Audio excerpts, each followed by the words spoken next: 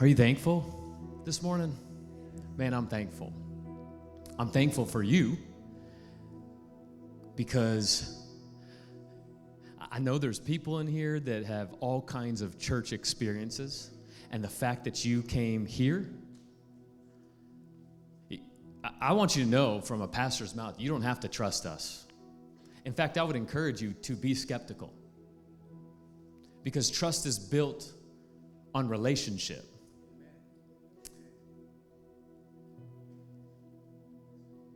So we're going to talk about shame today, but man, okay, those boots, Tania, friggin' killing. You just act like a fly on the wall for a minute. I got some things.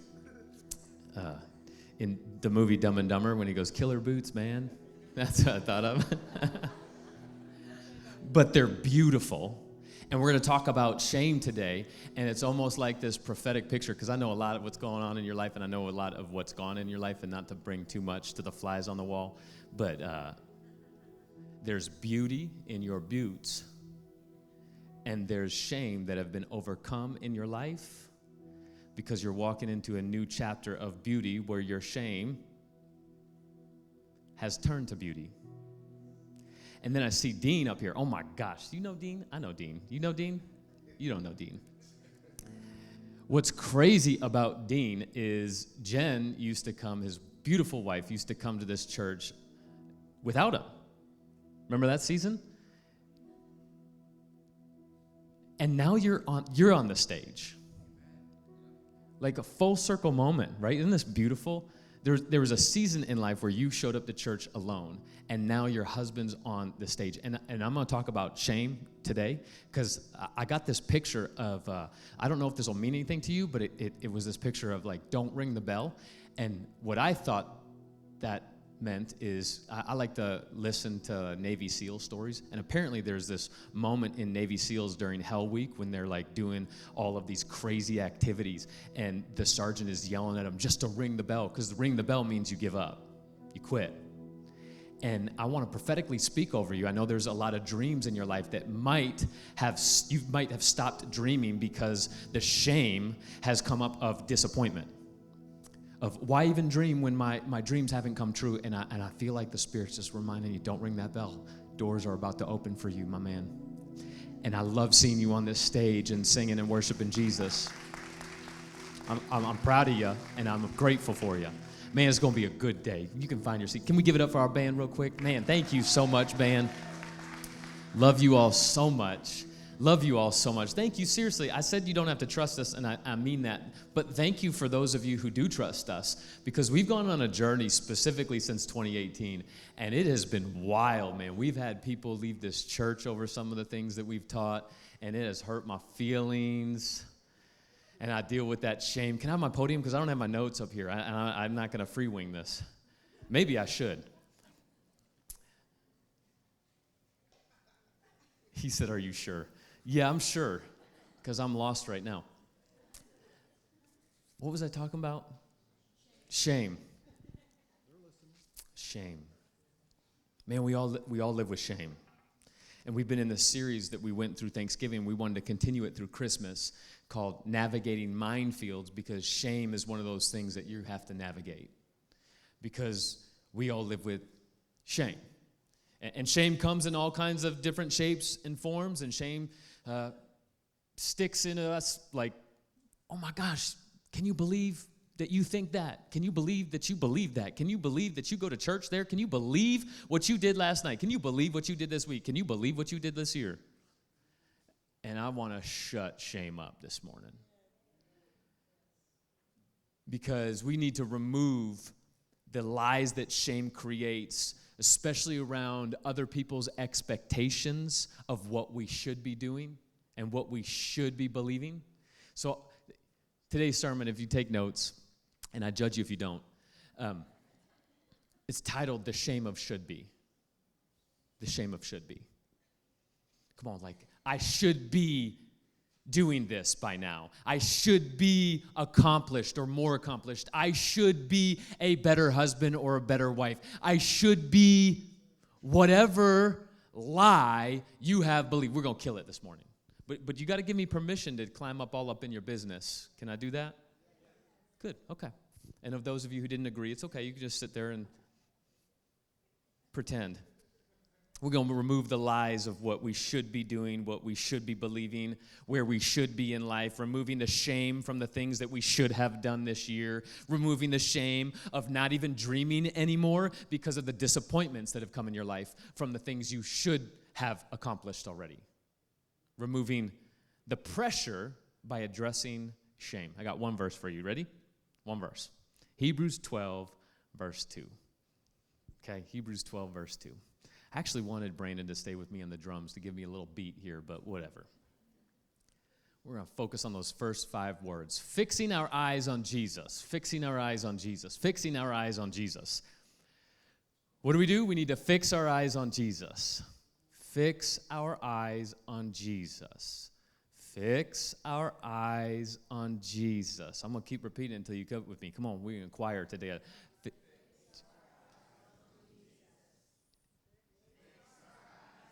Man, this church is weird. I came on the wrong weekend.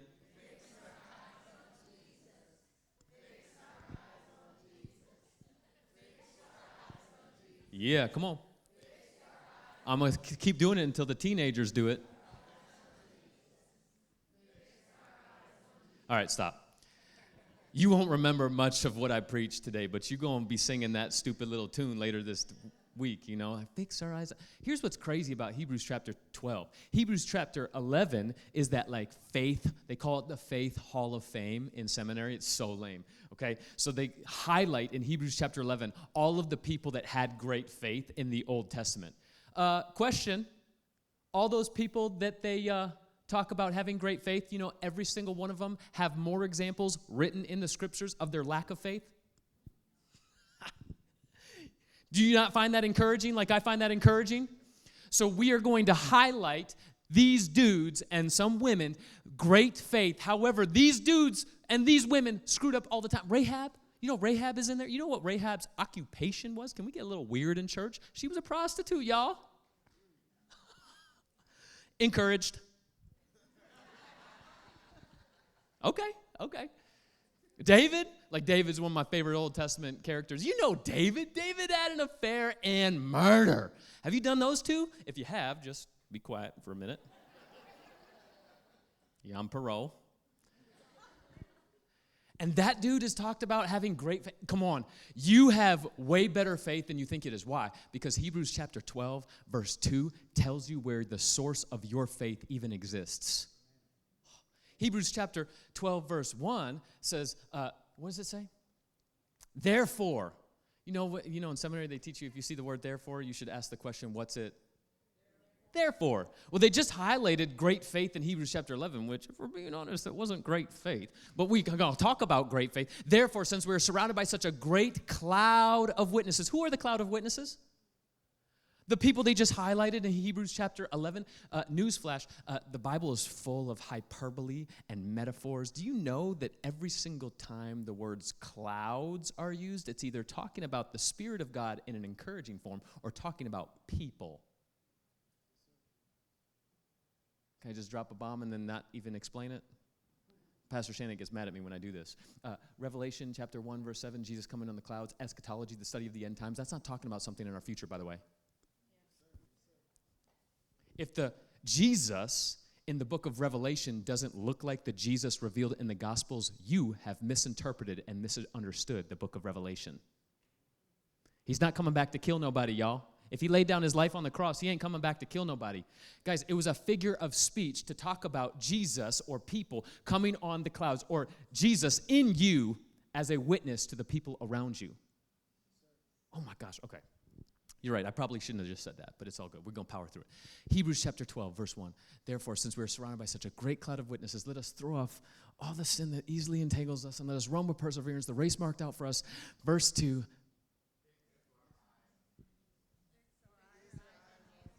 Okay, so what are you supposed to do as a Christian? Are you supposed to fix your eyes on your sin? You just came to a church that's not going to focus on your sin because you're not supposed to be focusing on your sin. One, your sin was dealt with 2,000 years ago. So what you're supposed to do, fix your eyes on Jesus, the author and perfecter of our faith. Throw that translation up there for me so people can see this. Hebrews chapter 12, verse 2. Fix your eyes on Jesus. This translation says the pioneer and perfecter. That word pioneer literally means founder. Some of you have been worrying about growing your faith, and it's not even yours to grow. Because Jesus is the founder of your faith, and he's got great faith for you. So you can take this pressure off that the church has shamed you in, that you have to have a quiet time for 10 and a half minutes before the kids get up, and then you got to do X, Y, and Z before the kids get up, and then while the kids get up, you got to pretend like you ain't want to kill those kids. Come on, I'm in that season with y'all. You know, this is Christmas season, and my kids are talking about all these things. I just needed a deep breath right there. I need to fix my eyes on Jesus, the pioneer and perfecter of my faith, of our faith, for the joy set before him. This is what I want to focus. Throw that verse back up there. Leave that verse up there for me. For the joy set before him, he endured the cross, scorning its shame. You know what's so beautiful about that? I don't know if you guys know this, but culturally, Jesus was crucified naked. We put clothes on him because it gets weird in the 21st century, but Jesus was crucified naked. Why? Because in Roman culture, to not only crucify someone, but to crucify them naked was the ultimate form of shame. You know, parents in Jewish culture would disown their own sons for being crucified. Like, oh, that's not my son up there, because they brought the ultimate shame upon their family by being crucified. Jesus took that, scorned its shame, and sat down at the right hand of the throne of God, which means if Jesus endured the ultimate act of shame, he did it to redeem yours, to let you know that you don't need to be walking in shame of all the things you should have done, of all the types of people you should be, of all the things that have been done to you. How do we get over our shame? Well, it's not simple, but it's simple. It's fixing our eyes on Jesus. Okay, so let's talk about shame. There's two types of shame, or two areas of shame, and I'll give you three things on how to begin the process of dealing it. But I think it's really important that we talk about some things first. Brad Jerzak, he's a pastor. He says this. He said, God creates us out of the dust of this world, and yet we create a false image of God out of the ashes of our own shame. That's what we do. Shame is a lie that we've used to help us cope with our pain. It's a God, lowercase g. It's a God that we have subconsciously worshiped, a God that we have created, a God that we have learned to fear. If you have a belief that comes from shame, blame will be next. You see, there's so many like hip-hop songs in this sermon today.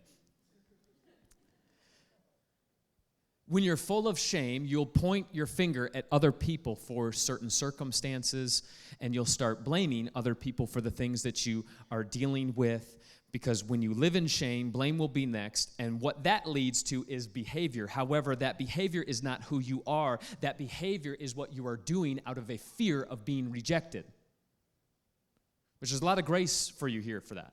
The reason for why people wear masks at church is because if people were to really know about the things that we deal with and our own lack of faith, my friends, come on, welcome to my world. I doubt all the time.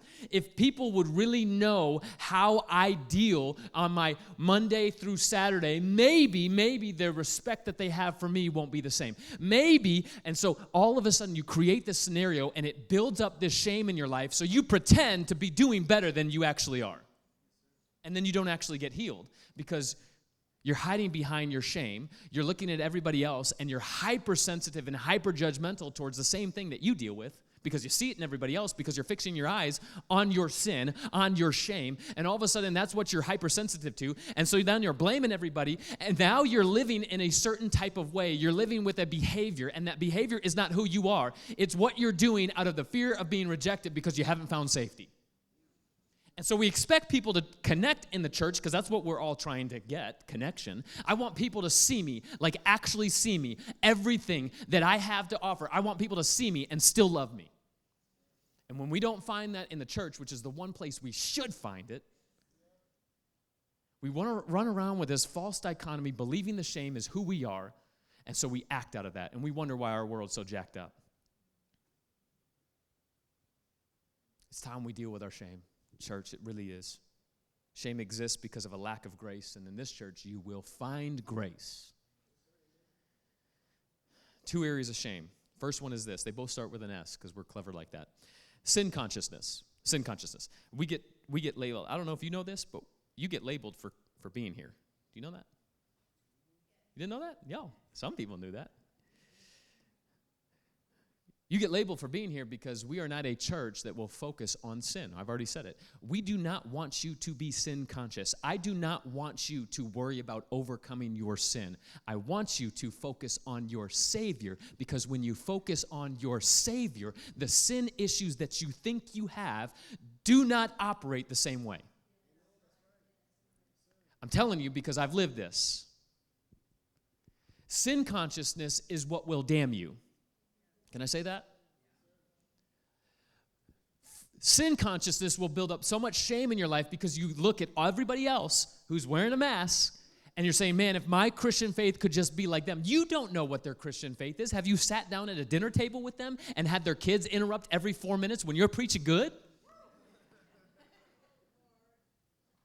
It's called impulse control. I'm working on it.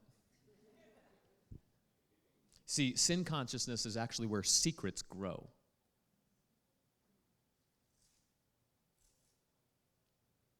What's beautiful about Jesus, this is one of my favorite things. I've been saying this with like my seminary friends just to rattle them because I love it. When people brought, like they're sick and they're lame people to Jesus to get healing, what did Jesus do before he healed people? Do you know this? What do you do? Come on. You guys are all Bible scholars. You're in this church. He told them that their sins were forgiven. So provocative. Why is that provocative? Because Jesus' forgiveness is not based on your consent.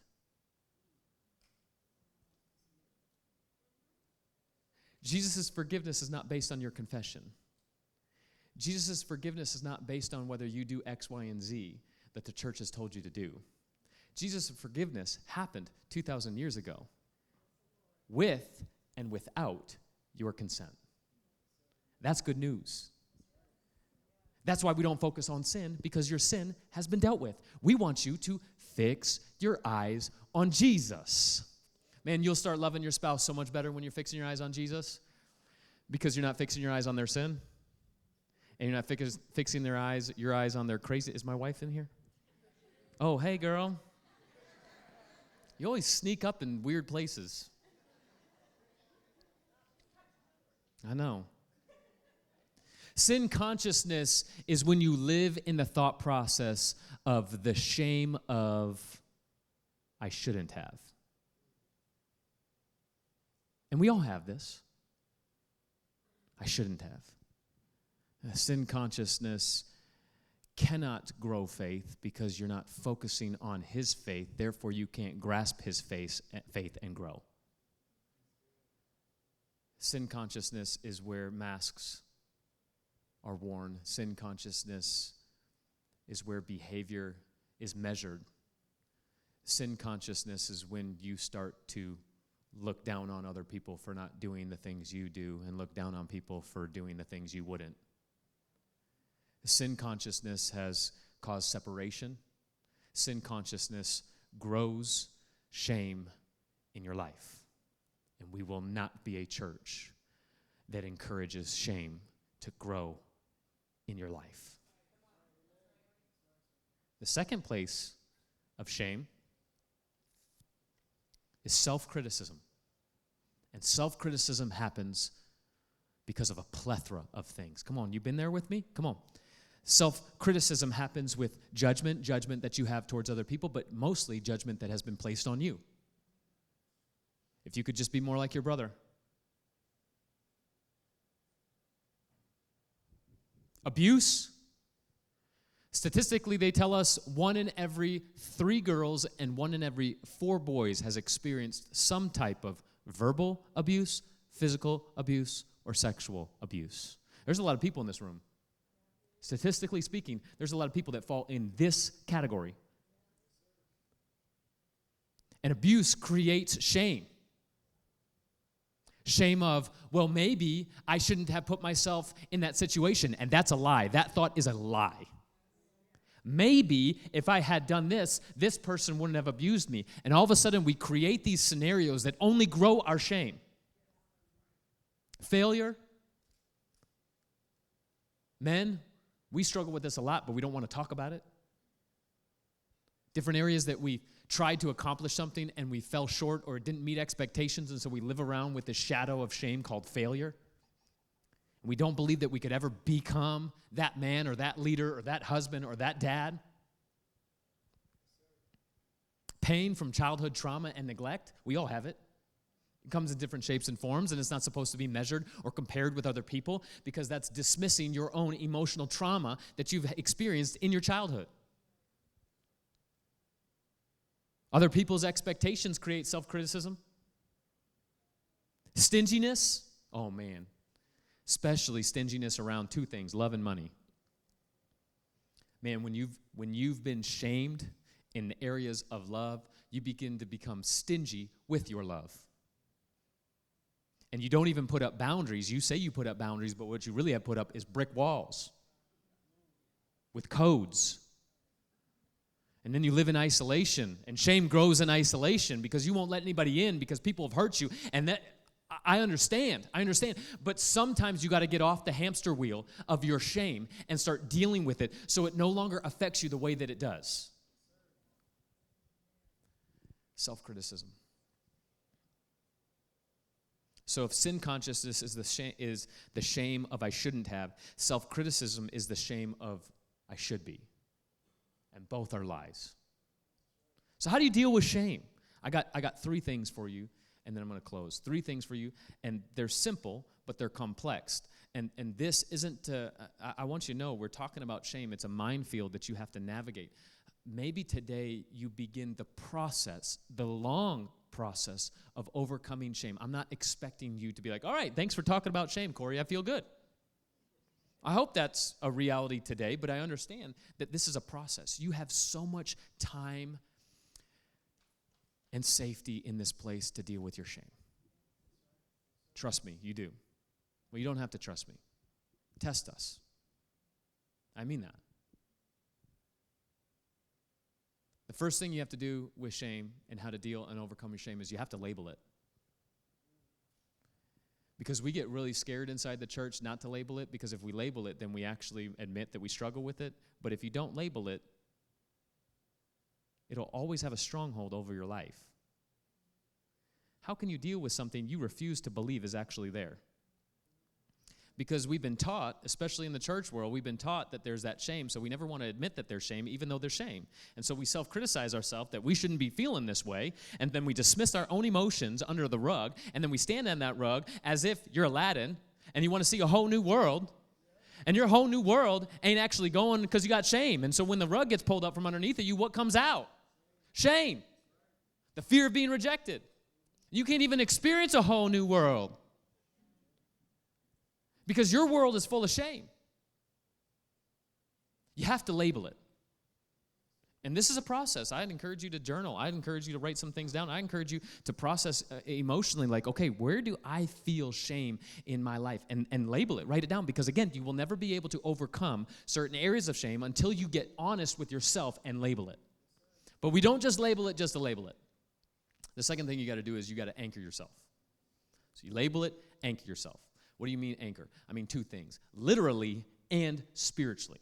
Literally, so this emotional class I take people through, the goal is to help people awaken to awareness and stop living in autopilot. Seriously, you think it's easy. It's not. You need to shift your mind. Like I joke about Lil Wayne a lot, the great theologian Lil Wayne. But he's got a rap lyric that says, everybody dies, but not everybody lives. Just take a minute to think about that. He preaching.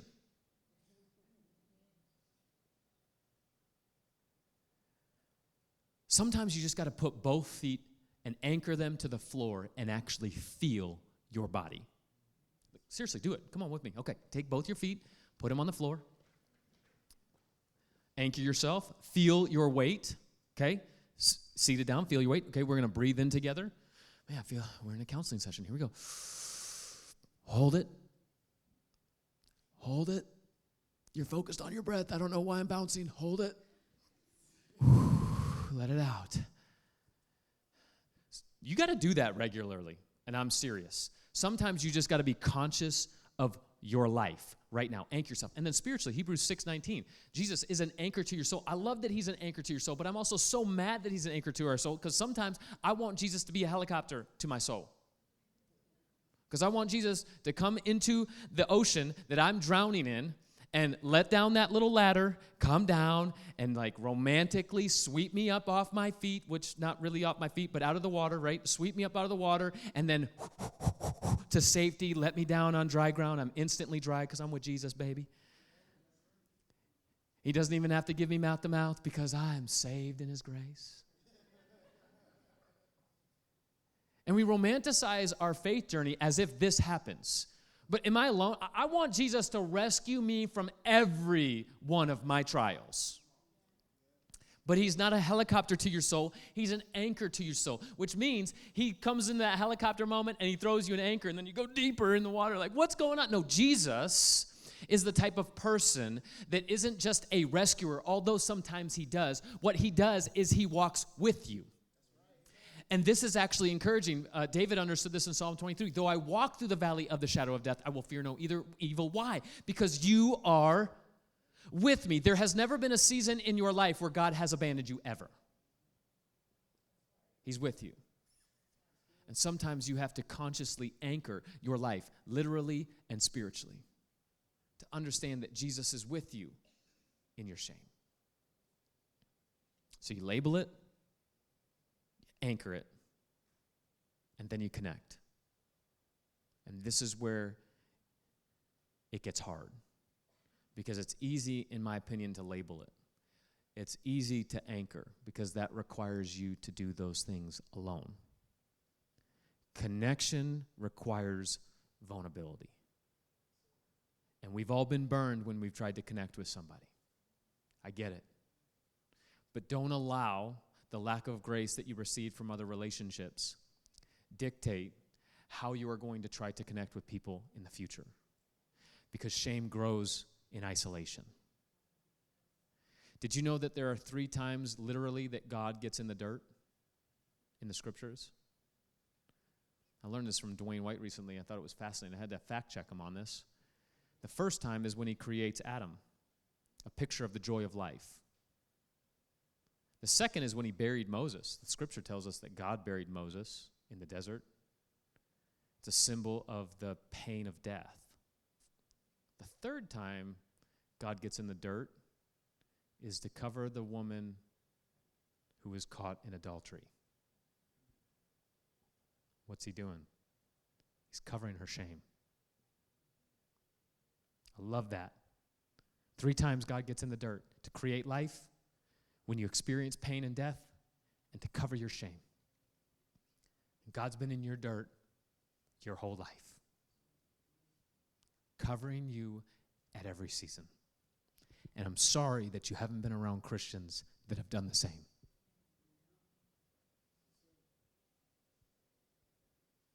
I'm sorry if I have been one of those Christians that haven't done that.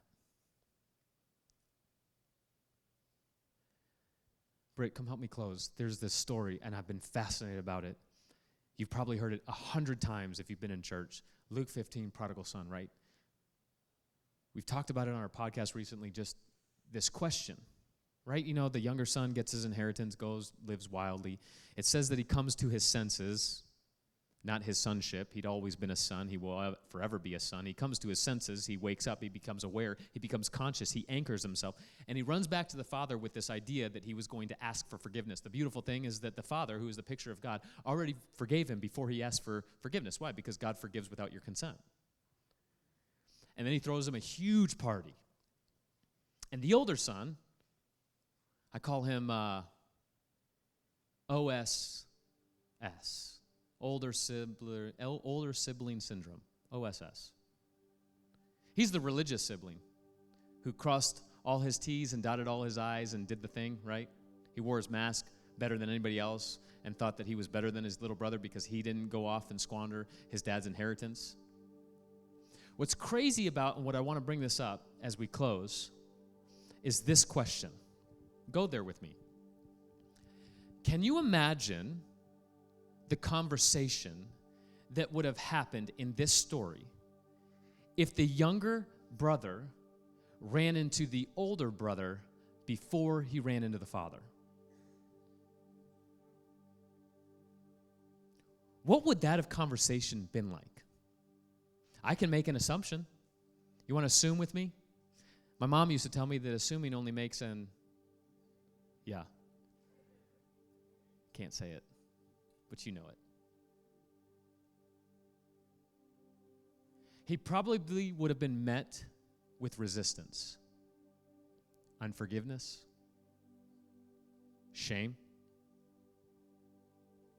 He probably would have been kicked out.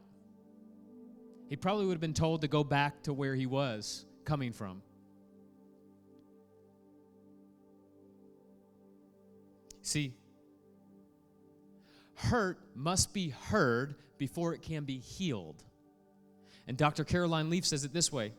She says, you cannot shame yourself into change. You can only love yourself into healing.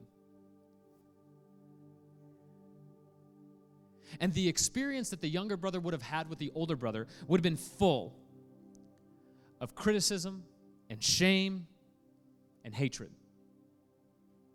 And I bring that question up because as the church, we have great responsibility, especially because you don't know the shame that people are living in when they come into your presence, especially in a church environment. And as Christians, if God the Father forgives people without their consent, don't you think that should be our job too? Hard to do. How we represent the Father matters in this adventure that we call life because it will impact other people's faith journey. I do not want to ever be an OSS. I don't want to be an older sibling syndrome where my interactions with people dictate how they view the Father.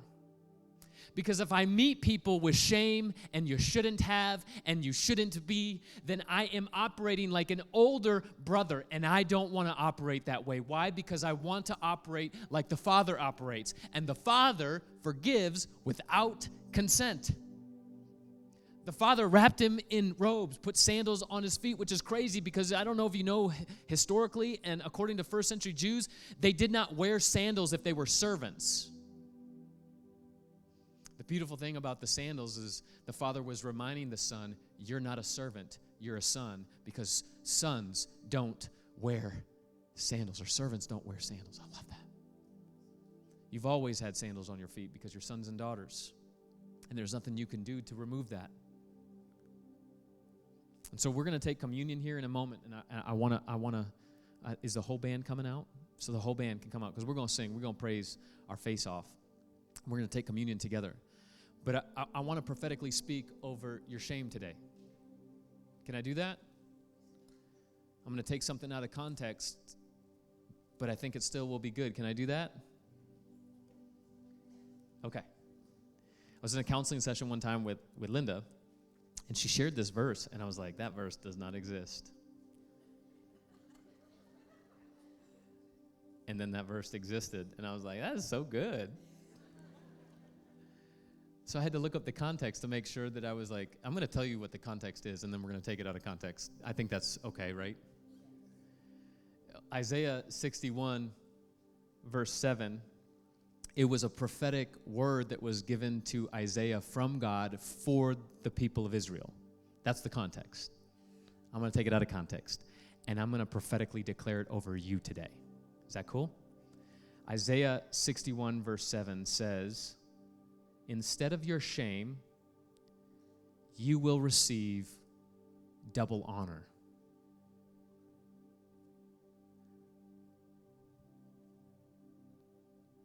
So close your eyes. Go there. Go to that place that is the most shaming for you right now. And I get it. It's not easy for some of you. We're not asking you to forgive right away. Forgiveness is a process. It's not a one-time event. But I'm going to declare prophetically over you that that area of shame is going to be a place of double honor. How do you get double honor over shame? Is once you get healing, you then become a voice, and you shame your shame by speaking about it, because you never know about the people that are in your area of influence that have the same story that might get some confidence because you're able to shame your own shame. So I speak prophetically over you this morning that where you have shame, you will have double honor. And you can actually turn your shame into beauty.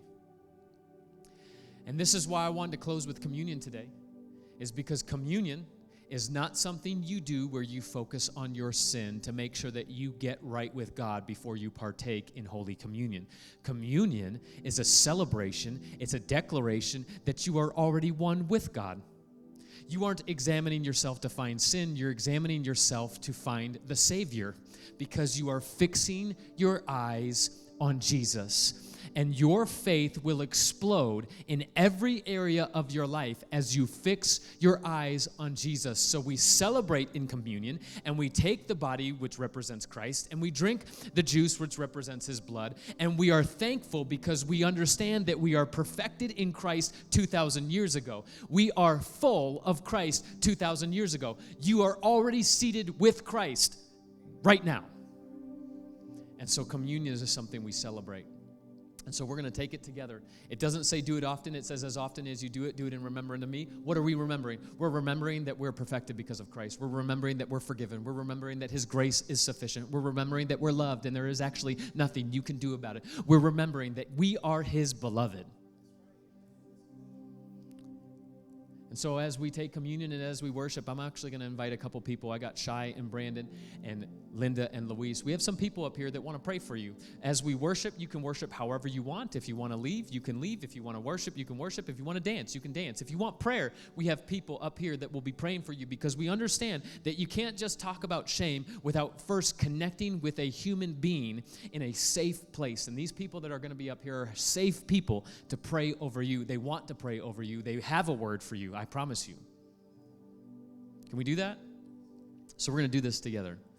He said, do this in remembrance of me. So we're going to take the wafer and we're going to do it in celebration. We're going to take the juice and not spill it on our beautiful shoes. And we thank Jesus for who he is and who we are.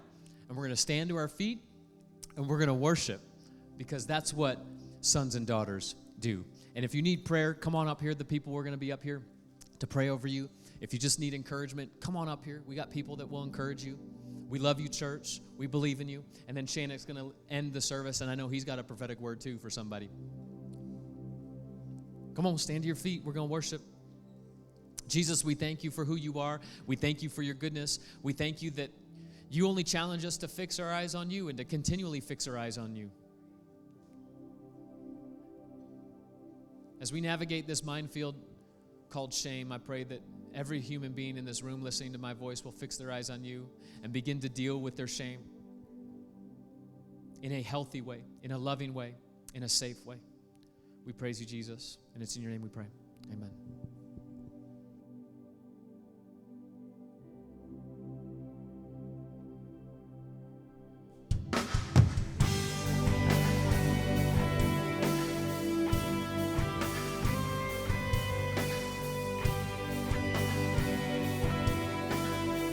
Sing with me.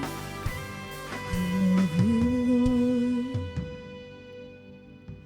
Oh, your mercy never fails me. And all my days I am held in your hands. From the moment that I wake up until I lay my head, I will sing of the goodness of God. All my life, and all my life you have been faithful.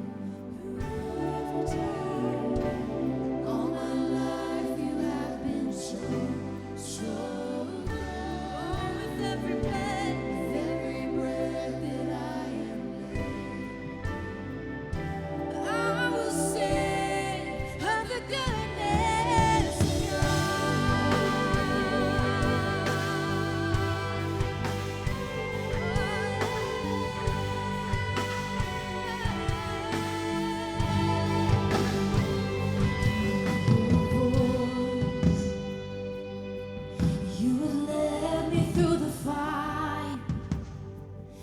in darkest night. You are close like no other. I've known you as a father. I've known you as a friend. And I have lived in the goodness of God. Come on, we sing as one all my life. All my life you have been faithful. All my life you have been so, so good. With every breath that I am able, I will sing of the goodness of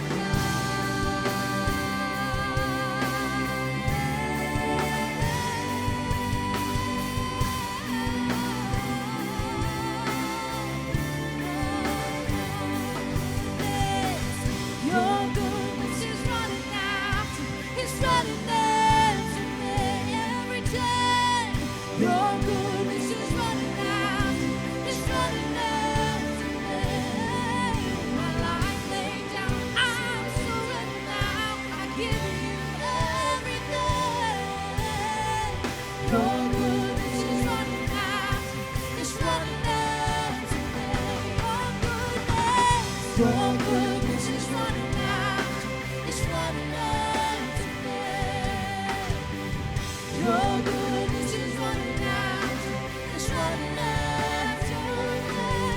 My life laid down, I'm surrendered now. I give you everything. Your goodness is running after, it's running after me.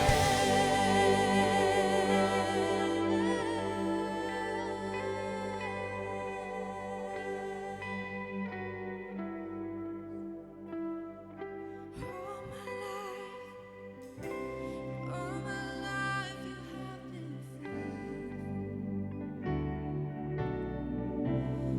All my life you have been so, so good. Every breath that I will sing of the goodness of God. All my life you have been faithful. Come on, sing. All my life you have been so, so good. With every breath that I